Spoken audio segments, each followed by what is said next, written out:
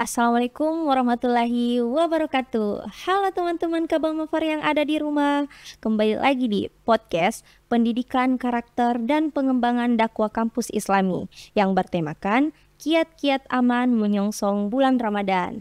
Nah, tidak terasa kita telah di penghujung bulan Syahban, yang artinya tidak lama lagi kita akan masuk ke dalam bulan Ramadan. Nah, bulan suci Ramadan ini merupakan bulan yang istimewa bagi umat Islam. Sehingga sebagai umat yang baik sudah sepatutnya kita untuk sukacita dalam menyambut kedatangannya. Maka dari itu, marilah kita mempersiapkan diri untuk menyambut bulan suci Ramadan. Nah, bagaimana sih cara kita dalam menyambut bulan suci Ramadan? Nah, pada kesempatan kali ini kita akan menggali informasi mengenai bulan Ramadan. Nah, kita kedatangan salah satu narasumber yang sangat luar biasa, yaitu Wakil Dekan 4 Fakultas Farmasi Universitas Muslim Indonesia, yaitu Ayah Bambang Sampurno, SPDI MA. Assalamualaikum Ayah. Salam warahmatullahi wabarakatuh. Yang kali ini didampingi oleh mahasiswi Ahmad Adi Muhtarom. Halo. Halo Kak Fitra. Bagaimana kabarnya Ayah? Alhamdulillah khair. Oke Ayah. Nah, membahas mengenai bulan Ramadan. Nah, apa sih makna bulan Ramadan itu Ayah? Oke. Ya, Assalamualaikum warahmatullahi wabarakatuh. Bifadli bismillahirrahmanirrahim. Wa bihaqqi bismillahirrahmanirrahim. Wa bihaibatihi bismillahirrahmanirrahim. Wa bimunazzalatihi bismillahirrahmanirrahim. Alhamdulillahi bini'matihi tatimus salihat, amma ba'd. Sahabat-sahabat podcast Pendidikan Karakter dan Pengembangan Dakwah Kampus Islami yang saya hormati, alhamdulillah tidak terasa waktu kita semakin mendekati bulan suci Ramadan. Hari ini sudah masuk pekan ketiga di bulan Sya'ban. Insya Allah mungkin beberapa hari lagi kita akan masuk bulan suci Ramadan. Bulan yang selalu dirindukan oleh umat Islam. Kita semua tentunya berharap senantiasa bisa diberikan kesempatan oleh Allah Subhanahu wa Ta'ala untuk kembali bertemu dengan bulan suci Ramadan ini, karena memang bulan Ramadan ini adalah bulan yang lebih mulia daripada 1000 bulan, khairu min alfi syahr. Maka bulan Ramadan itu biasa disebut sebagai sayyidus syuhur, bulan induknya dari seluruh bulan gitu. Maka berbicara tentang makna Ramadan itu tentu banyak sekali makna yang bisa kita dapatkan dari berbagai literatur, termasuk dari qaul para ulama-ulama yang berbicara tentang seperti apa keutamaan dan fadilah-fadilah dari Ramadan, sehingga makna dari Ramadan itu sebenarnya fasilitas yang diberikan Tuhan kepada kita, Allah Subhanahu wa Ta'ala kepada kita para hamba-hambanya, untuk lebih mendekatkan diri kita kepada Allah. Kenapa? Karena bisa jadi 11 bulan yang sebelumnya, dimulai sejak bulan Syawal yang lalu sampai masuk bulan Sya'ban hari ini, itu kita mungkin harus introspeksi diri. Kita lebih banyak-banyak menghisap diri kita, muhasabah diri kita. Apakah kita sudah sangat dekat dengan Allah atau malah semakin jauh di 11 bulan terakhir ini? Maka hikmah didatangkannya bulan Ramadan kepada kita sebenarnya adalah itu lagi fasilitas yang Allah berikan kepada kita agar supaya kita bisa kembali menata hubungan transenden kita, hubungan vertikalisme kita, hubungan kedekatan kita dengan Allah Subhanahu wa Ta'ala. Karena Allah sangat menyukai hamba-hambanya yang melakukan banyak ritual amaliyah di bulan suci Ramadan itu, tentu dengan dasar iman, keyakinan kepada Allah, lalu kemudian keikhlasan semata-mata hanya untuk mendapatkan ridho dari Allah Subhanahu wa Ta'ala. Maka Rasulullah Sallallahu Alaihi Wasallam itu menyatakan bahwa di dalam puasa itu ada di dalam Ramadan itu ada amaliyah puasa. di dalam bulan Ramadan itu ada amaliyah yang disebut dengan qiyamul lail. Maka Rasulullah menyatakan, man shoma ramadhana imanan wahtisaban ghufira lahu ma taqaddama min zambi. Barang siapa yang berpuasa di bulan suci Ramadan dengan dasar iman dan berharap ridho dari Allah, ghufira lahu ma taqaddama min zambi, maka Allah akan menghapus segala dosa-dosanya yang lalu. Masya Allah. Yang kedua, di dalam Ramadan itu ada qiyamul lail, ada ibadah malam yang memang juga bagi Rasulullah SAW udah wanti-wanti kepada kita untuk menjaganya. Apa Rasulullah bilang? Man qama ramadhana imanan wa ihtisaban ghufira lahu ma taqaddama min zambi. Barang siapa yang melakukan ibadah qiyamul lail, malam hari, menghidupkan malam-malam Ramadannya itu dengan ibadah itu tentu dalam rangka mendekatkan diri kita kepada Allah, zikrullah, ya, dan kebaikan-kebaikan lainnya dengan dasar iman dan berharap ridho dari Allah Subhanahu wa taala. Ghufira lahu ma taqaddama min zambi, maka Allah akan menghapuskan segala dosa-dosanya yang lalu. Kira-kira seperti itu maknanya, sehingga fasilitas ini jangan sampai disia-siakan begitu saja. Karena kenapa? Kalau dia disia-siakan begitu saja, ya kita akan kehilangan makna. Karena makna Ramadan itu adalah momentum untuk mendekatkan diri seorang hamba kepada Khalik-Nya. Ya, dengan berbagai macam ritual tentunya. Di antaranya adalah itu tadi, ritual puasa dan ritual amaliyah di Qiyamul Lail atau di malam-malam hari dengan berbagai macam. Ya, saya rasa seperti itu. Oke, kasih Ayah. Ya. Kalau menurut Adi nih sebagai mahasiswa, bagaimana sih atau apa sih makna dari Ramadan itu? Baik, perkenalkan nama saya Ahmad Adi Mutarom. Saya merupakan anggota dari Divisi Keislaman Universitas Muslim Indonesia Fakultas Farmasi. Baik, adapun untuk menurut saya itu Ramadan mungkin sesuatu yang sangat menantang bagi mahasiswa. Tentunya untuk mahasiswa Fakultas Farmasi. Mengapa? Dikarenakan mahasiswa Fakultas Farmasi itu dia sudah terbiasa dengan yang namanya begadang, contohnya kemudian kerja tugas, sehingga bagusnya bagi mahasiswa farmasi itu untuk menyambut bulan Ramadan di malam-malam harinya itu tidak hanya dengan mengerjakan dengan tugas-tugas, kemudian entah itu belajar, tetapi kalau bisa diisi dengan beramal ibadah. Tentunya di bulan Ramadan dikarenakan pada bulan tersebut seperti yang Ustaz tadi bilang, khairum min alfi syahr, lebih baik dari bulan-bulan yang lain. Maka dari itu saya berpendapat bahwasanya bulan ini merupakan bulan yang sangat spesial yang tidak boleh mahasiswa juga lewatkan akan kemuliaannya. Dan juga bahwasanya banyak sekali pahala-pahala yang lain yang perlu kita amalkan di sini. Yang seperti misalkan Rasulullah bersabda di situ, ayu jihadil asgor ila jihadil akbar. Kita pulang dari perang kecil menuju perang besar. Kemudian sahabat bertanya, ayu jihadil akbar ya Rasulullah. Padahal pada saat itu sahabat dan Rasulnya telah melakukan jihad perang di situ. Apa jihad yang besar ya Rasulullah setelah perang? Apa kata Rasulullah di situ? Jihadun nafs, jihad melawan hawa nafsu. Maka dari itu bagi mahasiswa tentunya pantangan berat di situ, sembari kuliah, sembari puasa, sembari menahan hawa nafsu, itu merupakan sesuatu hal yang sangat gimana ya? Sangat excited. Maksud saya sangat-sangat perlu adanya kesemangatan yang sungguh-sungguh. Apalagi dengan banyaknya lab, banyaknya mata kuliah yang merajalela tentunya.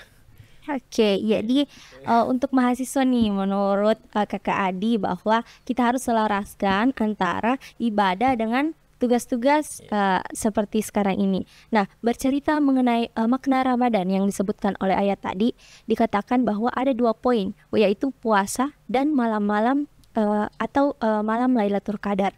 Apa sih keutamaan dari puasa dan malam Lailatul Qadar itu, Ayah? Oh ya, baik. Kita.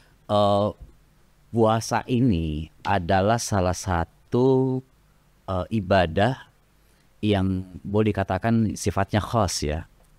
Kenapa sifatnya khas? Khusus ya, karena yang tahu kualitas ibadah ini adalah pelaku ibadah itu dengan Allah. Ya, Kalau ibadah-ibadah lainnya dalam syariat itu nampak. Orang lagi sholat itu kelihatan orang sholatnya, ya kan? Orang lagi haji itu kelihatan hajinya. Dia lagi tawaf, ya, dia lagi sa'i, ya, dan sebagainya. Kalau orang lagi ibadah apa saja, semuanya mungkin kelihatan nampak. Berinfak, bersedekah, kadang-kadang juga kalian kelihatan nampak. Tapi puasa nggak nampak, nggak kelihatan. Ya, yang tahu kualitas puasa kita adalah kita sendiri dan Allah Subhanahu wa Ta'ala. Maka dibutuhkan di situ adalah kejujuran. Jadi nilai utama di situ yang pertama adalah kejujuran kita untuk menjaga kualitas puasa kita. Maka berbicara tentang fadilah puasa sebenarnya atau keutamaannya, ya banyak sekali ya keutamaan dari puasa itu. Setidaknya puasa itu sebenarnya kalau dalam sebuah hadis qudsi, ya, itu ya, jadi hadis qudsi itu adalah firman Allah yang tidak tertera dalam Al-Qur'an, ya, gitu. Itu Allah menyatakan bahwa puasa itu beda dengan amalan yang lain. Puasa itu untukku, ya, as-shaumu li wa ana ajzibi. Dan aku sendiri yang akan memberikan ganjaran kepada orang-orang yang atau pelaku puasa itu sendiri. Ganjaran yang dimaksud adalah dua, kebahagiaan. Kebahagiaan yang pertama adalah kebahagiaan ketika pelaku puasa itu sedang menghadapi hidangan buka puasa. Yang kedua adalah kebahagiaan ketika tatkala shaimin dan shaimat itu mendapatkannya langsung nanti di yaumil qiyamah, di akhir. Ya, dalam bentuk keistimewaan. Ada keistimewaan orang yang berpuasa. Bukan cuma puasa orang-orang yang suka puasa Ramadan, tapi orang-orang yang suka puasa sunnah pun juga ini masuk kategori orang-orang yang istimewa ini. Di surga itu nanti ada satu pintu masuk, ya, yang disebut dengan pintu Ar-Rayyan. Dan pintu Ar-Rayyan ini dibuat oleh Allah, pintu surga Ar-Rayyan ini hanya untuk para shaimin dan shaimat, ahli-ahli puasa. Nggak ada, dan saking spesialnya lagi, karena Allah sendiri yang akan menuntun para shaimin dan shaimat ini untuk masuk ke surga ini, gitu. Itu keistimewaan. Makanya dua keistimewaan atau kebahagiaan yang didapatkan oleh para shaimin dan shaimat itu, yaitu ada pada saat dia berbuka puasa, dan yang kedua adalah pada saat Allah menuntun dia langsung masuk ke surga Ar-Rayyan, Masya Allah, kan gitu. Jadi keutamannya itu dulu. Lalu kemudian fadilah yang lain untuk kita, tentu ya udah banyak penelitian yang menyatakan bahwa dengan berpuasa itu akan membuat kita sehat. Ya, jadi puasalah maka kamu akan menjadi sehat, kata Rasulullah SAW. Jadi ternyata pernyataan Rasulullah SAW itu bukan pernyataan yang salah, tapi ini benar adanya.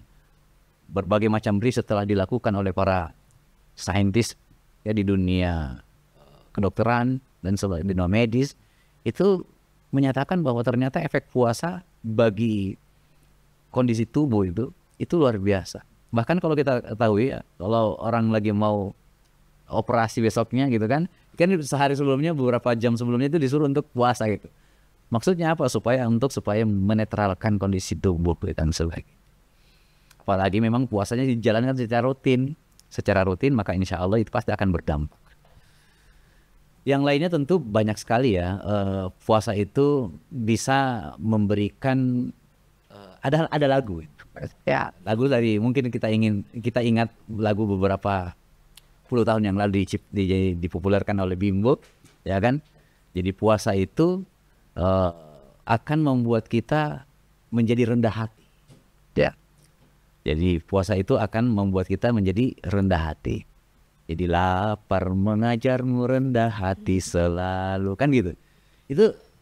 Dan itu memang bukan isapan jempol, itu betul-betul adanya, bahwa orang yang berpuasa itu, kata Rasulullah, kalau kamu lagi berpuasa lalu kemudian ada orang yang mengajak kamu untuk berkelahi umpamanya, maka sampaikan kepada dia, dan saya tidak mau layani kamu karena saya lagi berpuasa.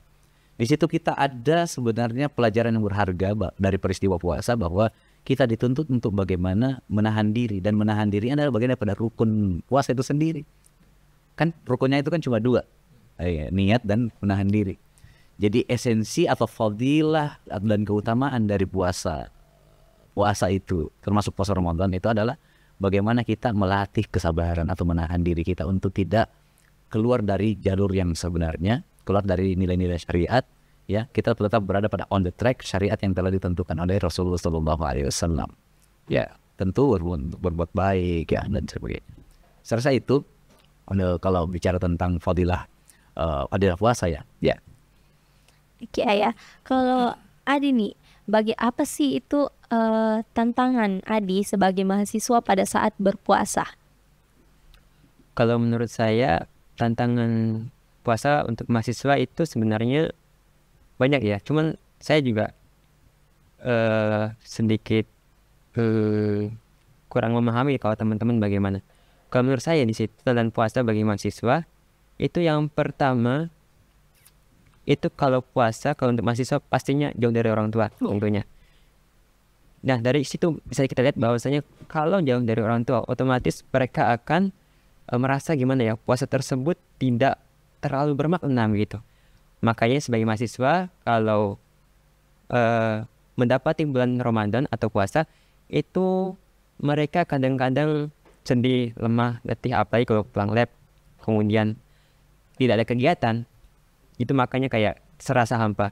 Tapi padahal bahwasanya dari situlah, dari puasa Ramadan ini banyak sekali hal-hal yang tidak bisa kita lakukan ketika tidak puasa. Apalagi kita bisa ambil kesempatan di situ, misalkan kita jauh dari orang tua, berarti kita bisa mengganti posisi orang tua tersebut dengan teman-teman, kemudian dengan dosen-dosen, kita bisa bersilaturahmi dengan mereka. Jadinya, tapi tidak menutupi untuk tetap bersilaturahmi dengan keluarga. Kan bisa lihat HP dan lain-lain. Tapi di sini kita bisa lihat bahwasanya silaturahmi itu sangat penting. Tidak hanya kepada keluarga, tetapi kepada kerabat-kerabat dan teman-teman. Kemudian pantangan yang kedua, di situ kalau puasa bagi mahasiswa sih, yang kedua adalah bagaimana cara kita untuk manajemen waktu. Biasanya kalau mahasiswa ketika pulang lab nggak sempat masak, nggak sempat mandi kadang, tapi malah dan lain-lain, sehingga puasa tersebut buka puasa pun kayak terasa tidak ada persiapan, kadang buka puasa di jalan dan lain-lain. Tapi sebagai mahasiswa harusnya begini, kalau misalkan kita bisa ambil kesempatan ketika pulang lab, kita tidak harus langsung pulang ke kos, kita bisa mampir ke masjid, kemudian mandi di masjid, nggak masalah. Terus kemudian supaya apa? Supaya tidak telat tarawih dan lain-lain. Itu merupakan gimana ya? Itu merupakan hal yang sudah lama dilupakan oleh pemuda sekarang. Bahwasanya mereka hanya memikirkan apa ya? Kesenangan yang nampak. Misalkan di nongkrong di kopi dan di tempat kafe dan lain-lain. Padahal kesenangan jasmani, rohani itu juga perlu ditanamkan kepada pemuda-pemuda, yang mana kesenangan jasmani tersebut juga dapat meredamkan stres karena tugas-tugas dan lain-lain. Saya rasa itu menurut saya mengenai pandangan puasa untuk mahasiswa. Oke, baik Ayah. Mengenai tadi dicerita mengenai keutamaan puasa. Mungkin teman-teman Kabah Ma'far belum tahu sih bagaimana itu sejarah dari puasa tersebut. Mungkin Ayah. Ya, baik. Berbicara tentang sejarah puasa itu tentu sebenarnya ini adalah sebuah ritual yang udah paling kuno ya, udah paling lama. Jadi perintah puasa itu bukan pada saat syariat Islam diberikan kepada Rasulullah. Jadi orang-orang sebelum Rasulullah, juga zaman sebelum Rasulullah datang, itu orang-orang sudah berpuasa. Termasuk para nabi-nabi dan Rasul sebelumnya itu sudah melakukan puasa. Namun secara syariat tentu berbeda-beda, ya, tata cara dan sebagainya. Nah, kalau puasa Ramadan itu sendiri secara syariat itu mulai diberlakukan pada tahun kedua Hijriah. Jadi pada saat Rasulullah hijrah dari kota Makkah ke kota Yastrib yang akhirnya berubah menjadi Madinah, itu di tahun kedua.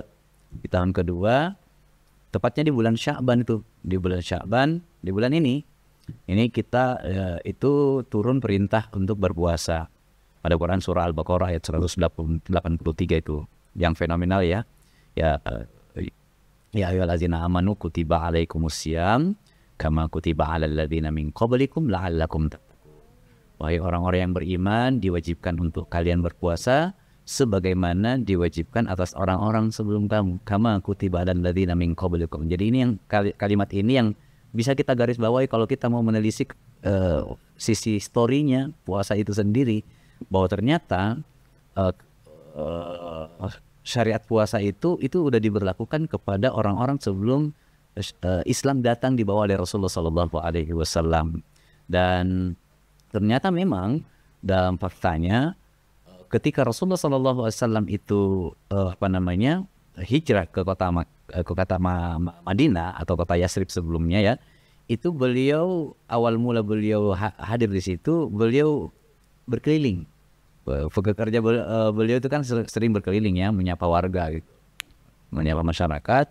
Suatu ketika beliau berkeliling melihat sekelompok orang-orang Yahudi lagi duduk bersama, berbincang-bincang, kemudian disapa oleh Rasulullah, "Kalian sedang apa?" "Kami sedang lagi melakukan pembicaraan terkait kalau istilah kita sekarang lagi majelis ilmu gitu ya, majelis ta'lim gitu." Terus kemudian tanya, "Kalian kenapa tidak ada makanan?" "Kami sedang sebentar puasa." "Puasa apa yang kalian lakukan?" kata Rasulullah. "Kami sedang puasa hari Asyura." Bilang, "Asbab apa yang menyebabkan kalian buat puasa hari Asyura?" kata Rasulullah.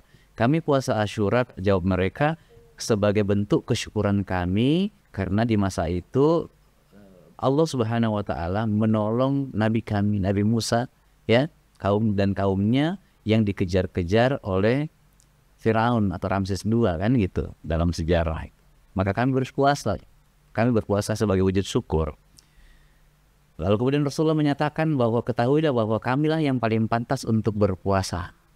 Seperti itu. Maka beliau berbalik arah menyampaikan kepada para sahabat-sahabatnya bahwa yang paling pantas untuk berpuasa hari Asyura adalah kita. Maka kalau tahun depan kalau kita mendapatkan puasa hari Asyura lagi ya, tanggal 10 Muharram, maka kita akan melakukan itu. Maka sejak itulah turun perintah untuk berpuasa sunnah hari Asyura tanggal 10 Muharram. Tapi statusnya sunnah. Maka tidak lama kemudian setelah itu turunlah, jadi ada puasa sunnah yang sebelum turunnya syariat puasa atau perintah kewajiban untuk melaksanakan puasa Ramadan. Dalam setahun itu kita ada puasa sunnah, diantaranya itu tadi. Kemudian puasa sunnah lainnya dalam setahun itu ada puasa Syawal kan, 6 hari di bulan Syawal ya, 6 hari tanggalnya tidak penting karena mulai dari tanggal 2 itu udah bisa puasa, kecuali tanggal 1 Syawal itu nggak bisa puasa. Ya haram hukumnya tanggal 1 Syawal karena hari raya Idul Fitri. Tanggal 2 boleh. Mau berturut-turut 2, 3, 4 sampai 7 boleh. Boleh diselang-seling juga boleh. Itu dalam 1 tahun.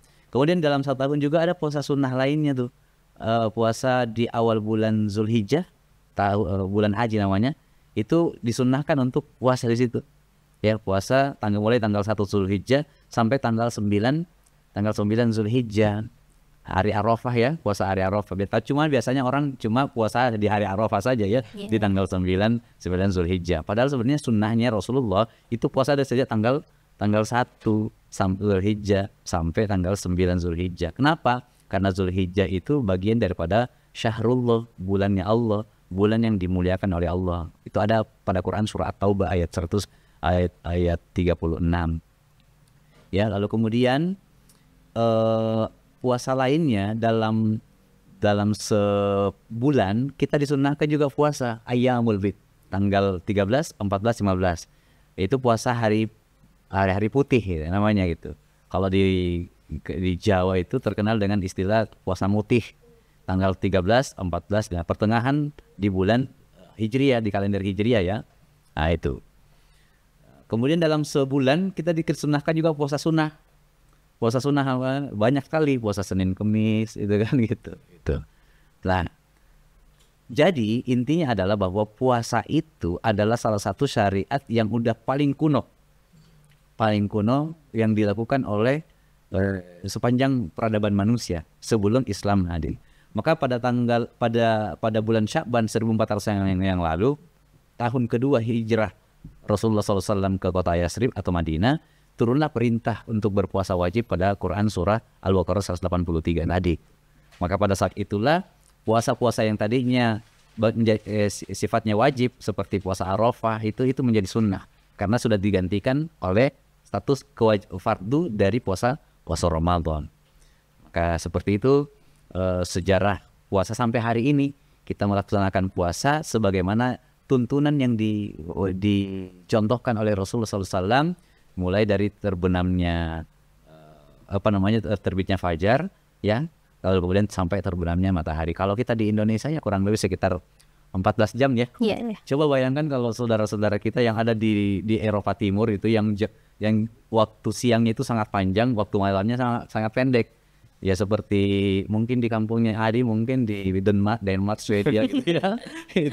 Itu panjang banget itu siangnya, itu sampai ada sampai 20 jam itu, dan malamnya cuma 4 jam saja.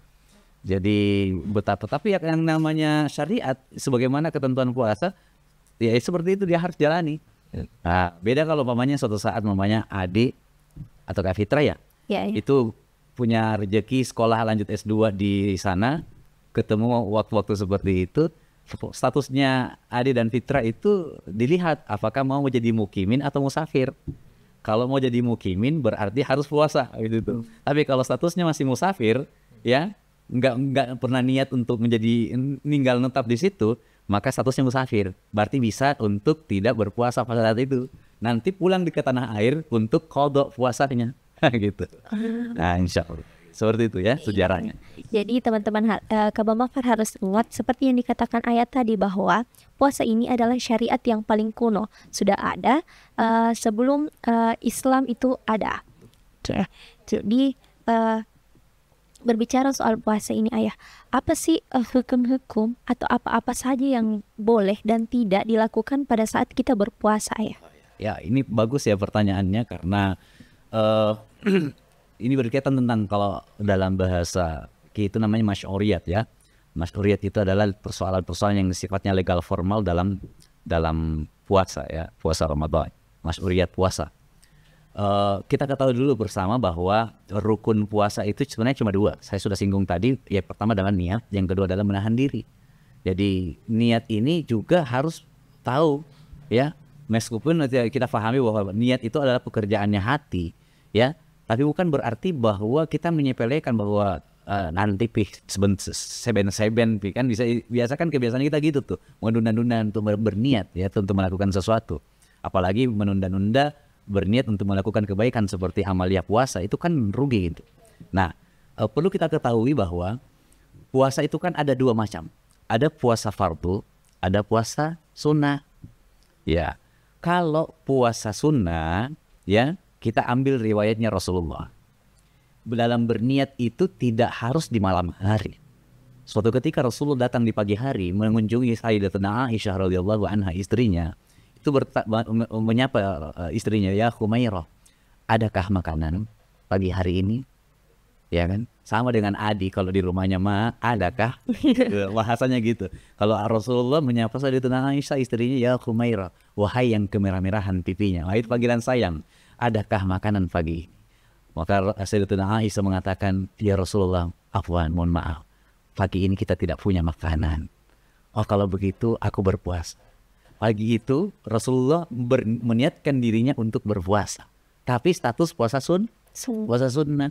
Maka dari riwayat inilah kemudian diambil ya, bahwa ternyata membangun niat untuk puasa sunnah itu boleh pada saat pagi selama tidak ada hal yang telah membatalkan puasa kita. Wah, kita udah minum pada subuh, kita minum air ya kan gitu. Nah, jadi selama belum melanggar semua ketentuan-ketentuan yang membatalkan puasa, maka bisa membangun niat pada pagi hari, bisa gitu ya, selama kita itu.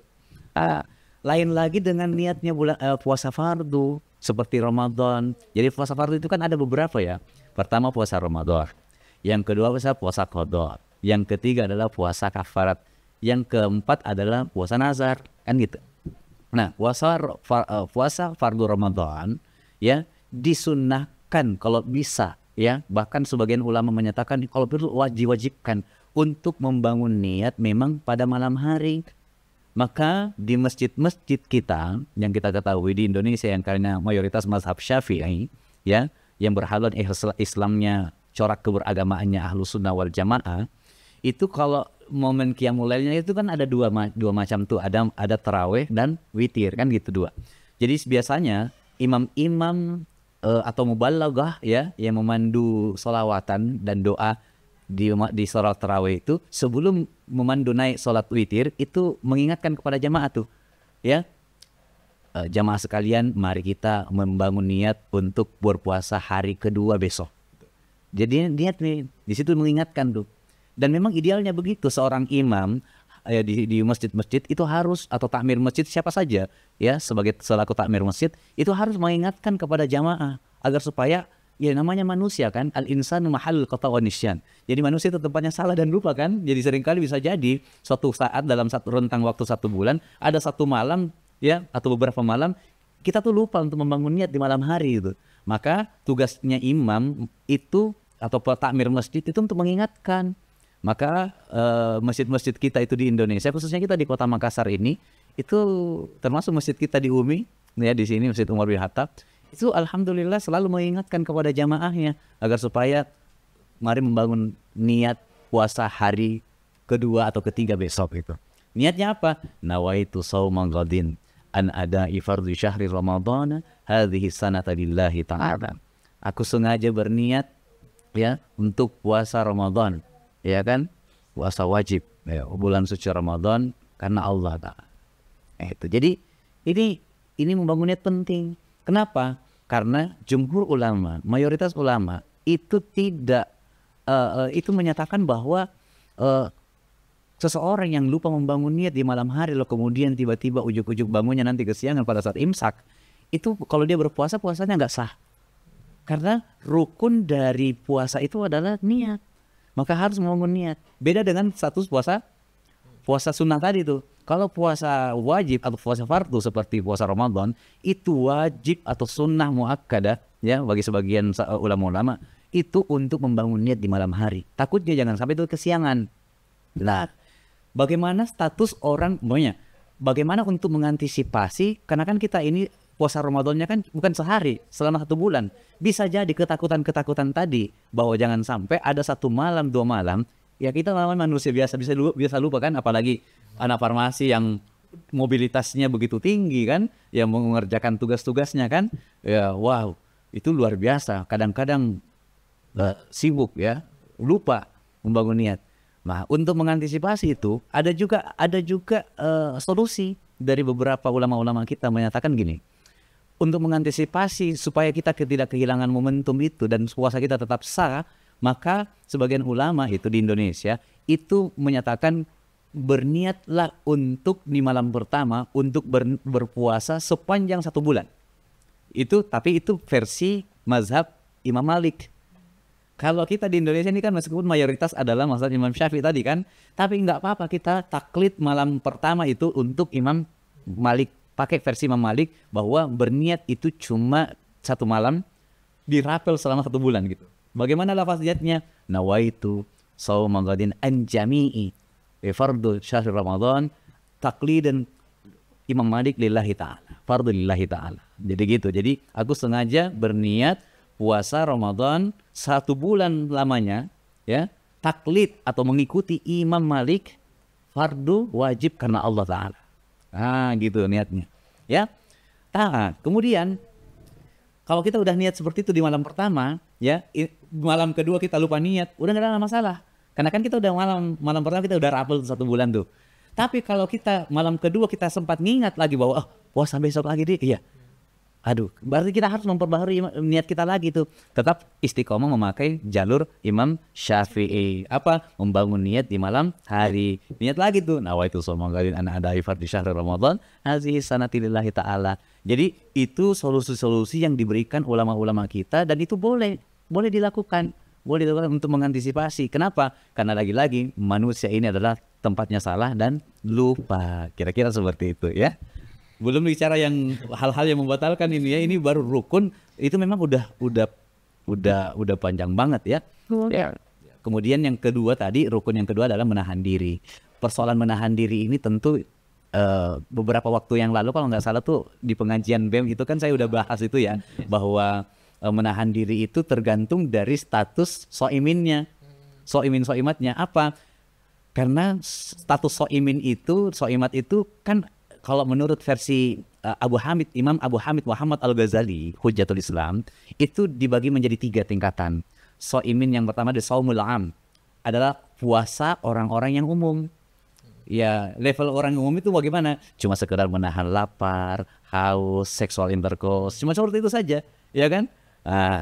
Kemudian, ya ini mungkin rata-rata kita nih yang begini, masih di level ini kita rata-rata kadang-kadang di situ tuh, cuma sekedar itu, ya. Apalagi di tengah kompleksitas kehidupan kita, mobilitas perkuliahan, mengajar dan sebagainya membuat kita, aduh, udah cukup seperti ini saja kan pada level ini. Nah, tentu kita tidak mau Ramadan kali ini begitu-gitu aja sama dengan tahun yang lalu. Kita mau ada Ramadan itu lebih berbeda. Kita mau Ramadan ini jauh lebih progresnya lebih bagus gitu. Ada di mana Ramadan kita ini levelnya di-upgrade lagi lah ya, mungkin lebih tinggi. Nah, naikkan levelnya, level kedua ya. Level kedua disebut dengan shaumul khas. Jadi shaumul khas itu puasanya orang-orang istimewa. Bagaimana cirinya puasa orang istimewa? Tidak lagi sekedar menahan lapar, haus, sexual intercourse, tapi dia juga mulai menahan dirinya mulai dari pandangan yang tidak pantas. Melihat gambar maupun video-video yang tidak senonoh, 2 nonoh, 3 nonoh gitu kan gitu, dan sebagainya gitu ya. Kemudian menahan diri mulut kita untuk tidak berkata-kata kasar, jidal ya, rafas, fusuk ya begitu. Hati-hati, lidah kita ini kenapa Allah ciptakan tidak bertulang? Karena kalau dia bertulang itu mudah dibentuk kemana-kemana. Tapi kalau lidah ini sengaja didesain oleh Allah nggak bertulang untuk menguji kita sebagai manusia, apakah kita mampu untuk mengendalikan lidah kita ini? Ya, oke. Kemudian pendengaran kita juga, ya, tidak mendengarkan sesuatu yang pergibahan dan sebagainya. Seluruh anggota badan kita, tangan, ya, semuanya sampai telah kaki itu diarahkan untuk senantiasa zikrullah. Untuk senantiasa on the track pada jalur yang diutamakan adalah pada saat berpuasa itu kita harus senantiasa berbanyak zikrullah. Termasuk mata kita dizikirkan, mulut kita dizikirkan, telinga kita dizikirkan, tangan, kaki semuanya dizikirkan, dipusatkan. Apa yang maksud dengan zikirkan? Diperingatkan, didekatkan dengan Allah Subhanahu wa taala. Ditautkan kepada Allah Subhanahu wa taala. Seperti itu. Dan ini puasa orang-orang istimewa. Ada lagi yang paling istimewa tuh, shaumul khusus bil khusus. Puasanya para nabi, para wali, ya, para sufi, ya. Ini bukan lagi sekedar yang saya katakan tadi, menahan lapar, haus, seks intercourse dan seluruh anggota badan, panca indera, bukan. Tapi hatinya senantiasa tertambat zikir kepada Allah Subhanahu wa taala. Dan ini mungkin agak berat bagi kita karena yang di tengah mobilitas kita, pekerjaan kita, aktivitas kita, perkuliahan dan sebagainya itu mungkin agak susah. Kenapa? Karena ini yang mungkin yang seperti ini mungkin dalam zona karantina ya baru bisa gitu. Betul-betul kita takarrub aja kepada Allah gitu. Jadi selalu dipusatkan. Meleset sedikit saja dari dalam rangka mengingat kepada Allah itu udah jatuh levelnya dari shaumil khusus bil khusus menjadi shaumil khusus. Bisa jadi malah langsung ke shaumil am gitu. Ya, pada level umum gitu. Nah, jadi itu tingkatan gitu, itu tingkatan. Jadi menahan diri itu tidak mudah, tergantung status soimatnya. Ya, menahan diri itu apakah dia menahan diri dalam konteks dia sebagai soimin yang umum ataukah dia orang istimewa, agak seperti itu ya. Oke, ya. Jadi teman-teman Kabang Mafar harus ingat ya bahwa ada 2 rukun puasa, yaitu yang pertama niat dan menahan diri. Oke, pertanyaan selanjutnya nih untuk Ayah. Bagaimana sih cara Rasulullah untuk mempersiapkan dirinya menyambut bulan Ramadan? Ya, ini penting ini karena kita masih di bulan Sya'ban, masih ada kesempatan untuk kita mempersiapkan diri kita untuk menyambut bulan suci Ramadan ya. Yang pertama, Rasulullah itu nggak menyambut bulan Ramadan itu pada saat sekarang Sya'ban. Beliau itu mulai menata dirinya pada saat bulan Rajab, 2 bulan sebelum masuk bulan Ramadan. Jadi sejak bulan Rajab itu beliau udah mulai mempersiapkan dirinya. Dengan apa? Dengan berdoa. Doa Rasulullah yang paling populer sampai sekarang itu adalah Allahumma barik lana fi Rajab wa Sya'ban wa ballighna Ramadan. Ya Allah, berkahi kami di bulan Rajab dan Sya'ban, sampaikan kami ballighna Ramadan, sampaikan kami untuk kembali menemui bulan suci Ramadan. Jadi ini seolah-olah Rasulullah ingin agar kita minta kepada Allah agar dipanjangkan umur kita untuk kita kembali menemui bulan suci Ramadan. Jadi itu yang pertama yang kebiasaan yang beliau Rasulullah lakukan. Kemudian yang kedua, kiat-kiat Rasulullah itu utamanya yang dicontohkan kepada kita sebenarnya adalah bagaimana kita mempersiapkan ilmu pengetahuan. Kenapa? Karena madrasah Ramadan ini adalah madrasah ibadah. Maka seluruh rangkaian ibadah itu kalau mau maksimal, maka kita harus tahu ilmunya. Ada pengetahuan di dalamnya. Seperti tadi tuh, pengetahuan tentang puasa. Ya kan, kita harus tahu rukunnya, syarat sahnya, hal-hal yang membatalkan puasa, dan segala sesuatu yang mungkin bisa jadi memakruhkan puasa kita, jatuh pada level batal lagi puasa kita, kan gitu. Kita harus tahu ilmunya. Sehingga seluruh rangkaian amaliyah ibadah kita di sepanjang Ramadan nanti itu betul-betul bisa maksimal pahalanya. Kan karena kan sebenarnya puasa itu adalah gudangnya pahala. Ramadan itu adalah wahana yang diberikan Allah kepada kita untuk bagaimana kita meraup pahala sebanyak mungkin. Dan Rasulullah menyatakan begitu bahwa Ramadan itu adalah fasilitas yang Allah berikan kepada kita, yang mana setiap amal kita yang dilakukan dengan dasar iman dan wahtisaban diganjar 10-700 kali lipat. Masya Allah ya. Jadi wow, ini kesempatan besar sekali gitu. Bahkan ini tidurnya orang yang berpuasa itu ibadah. Wah, ya, tidurnya orang yang berpuasa itu ibadah. Tapi tidak boleh disalahartikan, ya. Jangan salah artikan sama dengan anak remaja masjid saya mengartikannya berbeda, ya kan? Karena puasa tidurnya orang berpuasa itu ibadah, maka dia mulai start tidur itu mulai ba'da subuh. Bangun nanti menjelang buka puasa. Ini yang salah kaprah, salah memaknai makna, salah memaknai teks ya. Karena jadi seharusnya kita isi dengan berbagai amalia. Tapi kalaupun waktu-waktu tidur seperti tidurnya Rasulullah itu menjelang duhur, sunnah itu tidur Rasulullah, namanya tidur qailulah ya. Yaitu tidur qailulah itu, dan sedikit saja, meskipun sedikit saja mungkin 5 menit 10 menit, meskipun sempat kita tertidur, insya Allah itu sehat itu. Karena semua tindak tanduk Rasulullah itu termasuk tidur sedikit itu sesungguhnya akan memberikan efek manfaat buat kita. Itu ya, maka Rasulullah itu adalah orang yang paling sehat sepanjang masa. Orang yang paling sehat itu. Karena nanti menjelang wafat baru beliau sakit gitu. Sepanjang 63 tahun sebelumnya itu enggak jarang, bahkan kita tidak pernah menemukan riwayat bahwa beliau sakit parah, enggak ya. Jadi Rasulullah itu saking sehatnya gitu. Karena kenapa? Tertata waktu tidurnya. Beda dengan anak farmasi. Anak farmasi tidurnya enggak tentu, apalagi kalau bikin TP ya dan sebagainya. Wah itu ya. Jadi seperti itu ya, jawaban tentang yang tadi itu. Ya. Oke, menurut Kakak Adi nih, seperti yang diceritakan tadi Ayah mengenai cara Rasulullah mempersiapkan diri untuk bulan Ramadan. Kalau dari Kakak Adi sendiri, bagaimana cara mempersiapkan diri untuk bulan Ramadan? Baik, menurut saya bagaimana cara mempersiapkan diri agar menyambut bulan Ramadan dengan lebih baik kan? Yang pertama, bagi mahasiswa mungkin sudah banyak lupa akan prepare, padahal persiapan tentunya sangatlah dibutuhkan, entah itu dalam berorganisasi, beramal, dan lain-lain. Makanya sebenarnya bagi mahasiswa kita harusnya memanfaatkan kayak bulan-bulan Syaban, bulan-bulan Rajab itu untuk berpuasa, untuk melatih diri agar bisa memaksimalkan ibadah pada saat bulan Ramadan. Kemudian yang ada hafalannya itu kalau bisa dimurojaah dari sebelum bulan Ramadan, agar pas waktu bulan Ramadan itu ibadahnya, seluruh ibadah yang dilakukan itu maksimal. Kemudian bagaimana cara menyambut bulan Ramadan yang lain untuk mahasiswa? Di situ tentunya diperlukan juga yang namanya kesadaran diri. Banyak mahasiswa yang meremehkan bulan-bulan Ramadan, padahal bulan Ramadan merupakan bulan yang lebih baik dari 1000 bulan. Mereka tidak terlalu bersemangat di bulan-bulan tersebut. Padahal kalau misalkan mereka malam-malam kerja TP, kerja tugas yang lain, itu kan bisa diselisih tadi saya bilang. Bisa dengan ibadah, sholat tahajud, sholat malam, qiyamul lail.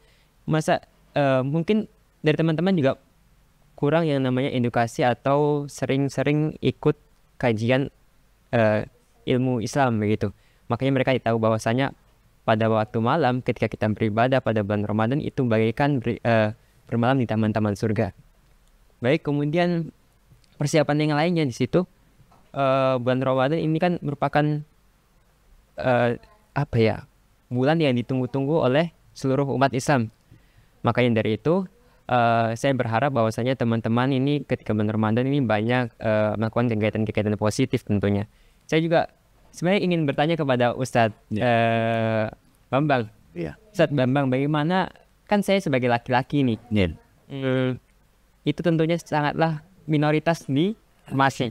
Bagaimana caranya supaya puasa itu bukan cuma puasa-puasa yang bagi orang-orang biasa gitu. Setiap hari lihat kaum hawa yang berkeliaran dan lain-lain. Cantik.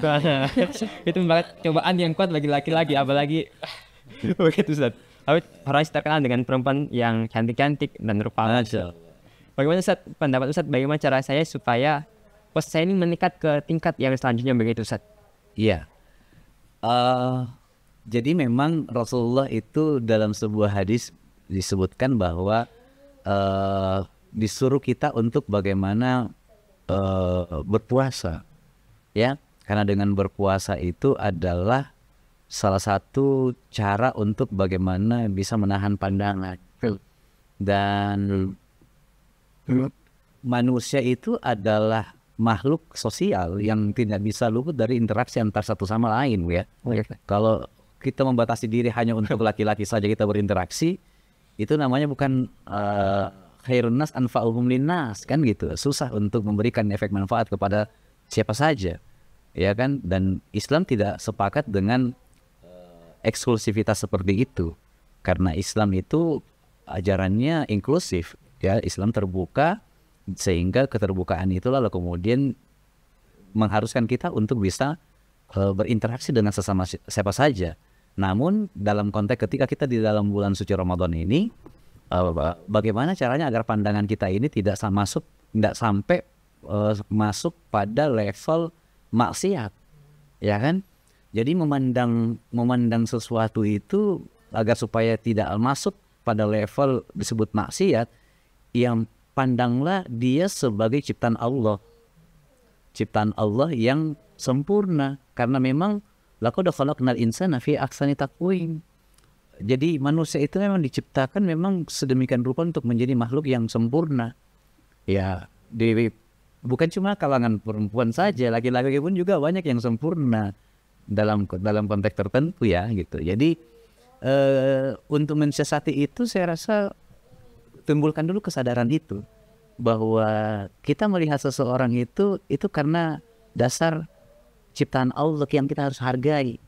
Alangkah tersinggungnya pencipta, ya sang pencipta, manakala makhluk yang diciptakannya itu kita tidak hargai dengan mata kita.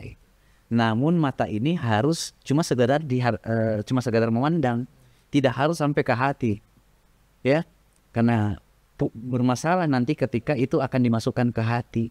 Kenapa? Karena mereka dari kalangan jin itu kan, iblis itu kan udah memberikan ikrar yuwaswisu fi sudurin nas.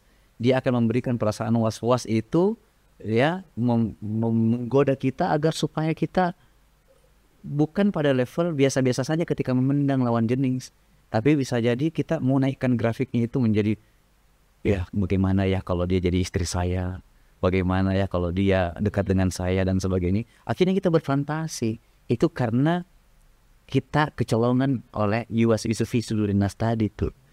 Makanya cukup sebatas memandang ciptaan Allah yang sewajarnya saja, ya. Setelah itu sebaiknya Rasulullah menyatakan sebaiknya tundukkan pandangan kita, maka arahkan sebaik mungkin semacam Ramadan ini, arahkan sebaik mungkin untuk lebih banyak memandang Quranmu, mushafmu, ya, ataukah bukumu sekalipun juga, karena zikir itu tidak harus bahwa ini juga makna zikir, ya, tidak harus maknanya bahwa seolah-olah kita harus ke masjid dulu, bawa sejadah, pakai mukena, bawa tasbih, kemudian melafazkan kalimat subhanallah walhamdulillah, itu zikir.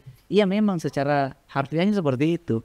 Tapi zikir itu secara esensial adalah mengingat Allah. Jadi menurut Profesor Quraish Shihab, karena zikir itu mengingat Allah, apapun yang kita kerjakan sepanjang dalam rangka kebaikan, kamu sekolah, kamu kuliah, ya itu untuk kebaikan. Maka kalau kamu kuliah dengan benar, kamu belajar dengan benar, kamu bekerja di laboratorium dengan benar, maka itu juga zikir. Seperti itu. Jadi begitupun sebaliknya, kalau kamu menyimpang dari yang seharusnya, ya maka itu bukan zikir lagi, itu kamu jauh dari Tuhan, jauh dari Allah. Nah itu, maka cara yang paling efektif itu adalah dengan cara memalingkan wajah kita untuk lebih dekat dengan Allah. Dengan cara apa? Ya mungkin banyak bekerja, banyak membuat aktivitas. Kemudian ya kalau banyak membuat aktivitas, saya rasa di farmasi ini banyak aktivitas kita ya. Membaca, ya itu utamanya ya itu tadi saya singgung di awal, Ramadan itu identik dengan syahrul Quran. Maka momen untuk bagaimana kita murojaah hafalan kita, yaitu membaca mushaf kita yang mungkin udah lama ya kita baca, Quran kita mungkin udah kutuan di di lemari itu ya, sekali setahun saja. Nah itu saatnya untuk kita ambil lalu kemudian kita baca gitu ya. Jadi seperti itu kiat-kiat untuk bagaimana supaya kita terhindar dari nafsu yang mungkin diperbuat oleh mata kita ini. Kemudian saya tambahkan lagi, tadi benar apa yang dikatakan oleh Adi bahwa salah satu persiapan yang Rasulullah lakukan itu adalah puasa-puasa sunnah kan itu di bulan-bulan Rajab, Sya'ban itu. Apalagi bulan Sya'ban. Sya'ban ini adalah bulannya Rasulullah. Ya, ada sebuah hadis yang mengatakan inna Rajab syahrullah wa Sya'ban syahri wa Ramadan syahri ummati. Sesungguhnya bulan Rajab itu adalah bulannya Allah, bulan Sya'ban adalah bulanku kata Rasulullah, dan Ramadan itu adalah bulannya umatku. Jadi Ramadan memang bulannya kita, umatnya Rasulullah. Maka karena bulan Sya'ban itu bulannya Rasulullah, maka Rasulullah itu suatu ketika ditanya oleh sahabat bernama Usama bin Zaid. Usama bin Zaid datang begini, ya Rasul, kami melihat Tuhan berpuasa banyak sekali di bulan Sya'ban. Asbab apa yang membuat Tuhan ini berpuasa banyak sekali di bulan Sya'ban dibandingkan bulan-bulan lainnya, kecuali bulan Ramadan ya? Ya. Rasulullah bilang, ketahuilah wahai Usama sahabatku, bahwa ini bulan adalah bulan yang sering dilupakan oleh para manusia nantinya. Dari dulu sampai sekarang dan akan datang, kata Rasulullah. Kenapa? Karena dia terletak di antara baina Rajab wa Ramadan, antara bulan Rajab dan bulan Ramadan. Orang lebih memperhatikan bulan Rajab karena Rajab itu syahrullah, ya kan? Bulan lebih istimewa lagi Rajab itu karena ada peristiwa yang dahsyat yang dialami Rasulullah pada tanggal 27 Rajab itu, peristiwa Isra Mi'raj itu kan. Nah itu yang membuat dia lebih sangat diperhatikan oleh orang-orang. Apalagi Ramadan pun juga lebih diperhatikan lagi karena Sayyidus Syuhur, induknya bulan. Nah orang lebih jarang pentingkan Sya'ban, padahal di bulan Sya'ban ini ketahuilah wahai Usama kata Rasulullah, ketahuilah bahwa sesungguhnya bulan Sya'ban ini adalah bulan di mana seluruh amal 11 bulan yang lalu itu dilaporkan ke hadirat Allah. Jadi amaliah kita manusia, utamanya umatnya Rasulullah, 11 bulan yang lalu itu dilaporin ke hadirat Allah. Dan aku senang kata Rasulullah, pada saat amalku dilaporkan ke hadirat Allah, maka pada saat itu aku sedang berpuasa. Kata Rasulullah. Jadi aku senang ketika amalku sedang dilaporkan ke hadirat Allah, pada saat itu aku sedang berpuasa. Ya, maka beliau banyak-banyak berpuasa di bulan Sya'ban. Ternyata makna lainnya dalam makna edukasinya ya, dalam konteks kita hari ini umatnya Rasulullah, ternyata puasa sunnahnya Rasulullah yang banyak-banyak di bulan Rajab dan Sya'ban itu mengajarkan kepada kita untuk pemanasan. Sama dengan kalau atlet tuh, ya atlet itu kalau nggak pemanasan sebelumnya, atlet bulu tangkis, sepak bola, kalau nggak pemanasan 5 menit, 10 menit, 15 menit sebelumnya, apa yang terjadi kira-kira? Punya potensi cedera gitu kan? Begitupun juga kita, kalau kita nggak pernah puasa sunnah di bulan Rajab dan Sya'ban utamanya, pemanasan, ya ataukah minimal puasa Senin Kamis lah gitu ya, puasa Senin Kamis lah gitu ya, saya yakin kita akan dapatkan efek kaget gitu, bahasa Inggrisnya efek tak bangka gitu ya. Jadi efek kaget karena tidak terbiasa. Bagaimana ciri efek kaget? Jam 9 pagi udah merasa merintih, aduh, karena tidak terbiasa gitu. Tapi kalau orang udah biasa puasa ya enteng saja, biasa saja. Nah gitu, biasa saja karena udah menjadi sebuah aktivitas rutinitas gitu kan gitu. Jadi itulah yang saya rasa perlu kita biasakan sejak bulan Sya'ban. Utamanya bagi Fitra dan teman-teman yang akhwat itu ya, yang perempuan ya, kemarin pasti ada bolong-bolongnya, ada dispensasi ya, ada tanggulan, ya itu sudah dikodok belum gitu. Ya bayar kala gitu ya, kala itu istilah kita orang Bugis Makassar, kala ya. Seharusnya sudah harus dibayar ya kan. Kalau nggak dibayar udah masuk lagi bulan Ramadan, wah itu bisa berdosa besar itu ya. Sebagian ulama mengatakan wah itu bisa dosa besar itu, karena udah ditahu gitu kan itu harus puasa kodok, harus dikodok ya, namanya hutang gitu. Kecuali memang dalam konteks namanya sakit, asbab sakit ya nggak bisa ya harus bayar fidyah gitu ya, ayat bayar fidyah. Jadi seperti itu. Nah, kemudian yang lainnya yang tidak kalah penting, ini yang terakhir ya, persiapan kiat-kiat kita untuk menyambut bulan suci Ramadan. Di samping tadi itu bagus itu ya, Adi udah singgung tentang planning ya. Kita harus planning untuk aktivitas apa yang kita mau bikin di Ramadan gitu. Kita sudah harus bikin itu tentatifnya tuh ya. Malam hari pertama saya mau ngapain gitu. Apakah kita bisa target 1 juz bisa selesai gitu ya, dari jam berapa sampai jam berapa. Tapi kemudian saya harus kuliah jam berapa sampai jam berapa. Kemudian qiyamul lail, tarawehan, ikut tarawehan di mana. Malam pertama saya mau taraweh di Masjid Raya gitu. Malam kedua saya mau taraweh di Al Markas gitu. Malam ketiga saya mau taraweh sama Ayah Bambang gitu kan. Ikut sama Ayah Bambang gitu kan. Boleh gitu ya. Jadi dibuat memang planning gitu. Ya kan, kemudian saya sedekahnya di hari pertama di mana gitu. Ya kan, infaknya di mana. Ya kan, kemudian menunaikan nanti zakatnya apakah di awal atau di pertengahan atau di akhir Ramadan, kan gitu. Sudah ada planning gitu. Jadi yang terakhir adalah persiapan, yang itu tadi saya katakan bahwa persiapan kita butuh persiapan materi. Ya, persiapan materi, karena itu tadi berkaitan tentang berinfak, bersedekah, berzakat, itu semuanya sudah harus disiapkan dari sekarang gitu ya. Jadi sebaiknya bersedekahlah sebanyak-banyaknya. Dan ada satu momen sedekah yang paling istimewa di bulan Ramadan. Ada apa itu? Pada saat orang berbuka puasa. Karena ada hadisnya, Rasulullah SAW mengatakan barang siapa yang memberi makan orang yang berbuka puasa, maka dia masuk pahalanya sama dengan pahala orang yang berpuasa itu tanpa dikurangi sedikit pun. Jadi bayangkan di masjid kita kasih makan, kita sumbang kue, kita sumbang air minum untuk dipakai orang iftar buka puasa. Berapa orang yang makan dan minum sumbangan kita, segitu juga pahala kita. Masya Allah. Ya, jadi wah ini lahan yang sangat besar untuk kita meraup pahala yang sebesar-besarnya ya. Jadi mudah-mudahan kita insya Allah diberikan sehat-sehat panjang umur, kembali masuk bulan suci Ramadan. Kita ada persiapan materi, jangan disimpan-simpan. Keluarkan ya, insya Allah tidak akan ada orang yang miskin karena mengeluarkan infak sedekah bahkan zakatnya, insya Allah ya. Saya rasa Oke, baik. Mungkin berbicara mengenai Ramadan dan bulan puasa masih banyak lagi pertanyaan-pertanyaan yang muncul, tetapi diingat waktu Ayah, semoga kita bisa bertemu di season selanjutnya atau podcast selanjutnya. insya Allah. Oke, mungkin ada kata-kata motivasi untuk Kaba Ma'far yang ada di rumah untuk menghadapi bulan puasa dari Ayah. Iya. Jadi ada yang mengatakan ini bukan hadis, ini qaul ulama. Tapi meskipun bukan hadis, masih dikategorikan hadis dhaif ya, tapi ini banyak dipakai oleh ulama-ulama kita untuk memotivasi kita agar menyambut bulan suci Ramadan itu dengan banyak persiapan yang matang.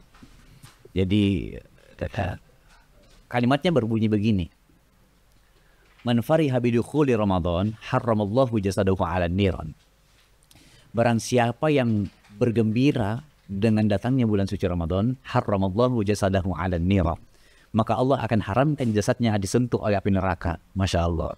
Jadi cukup bergembira saja ya, itu udah berekspresi gembira dengan mempersiapkan segala sesuatunya seperti yang kita lakukan ini. Kita udah mempersiapkan ilmu, persiapan materi, persiapan lainnya dengan amalia puasa sunnah. Itu sudah mendapatkan ganjaran haramallahu jasadahu 'alan niran gitu. Ya, apatah lagi kita bisa maksimalkan lebih dan lebih gitu ya. Jadi mari kita bergembira dengan datangnya bulan Ramadan. Bentuk kegembiraan itu macam-macam, tapi jangan keluar dari track yang udah dicontohin oleh Rasulullah Sallallahu Alaihi Wasallam.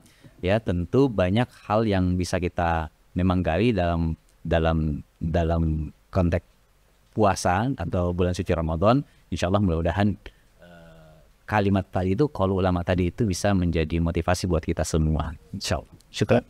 Baik Ayah, jadi mungkin sampai di sini podcast kita pada hari ini. Terima kasih Ayah, terima kasih. Tadi semoga apa yang disampaikan oleh Ayah bisa teman-teman Kabang Mafar pahami.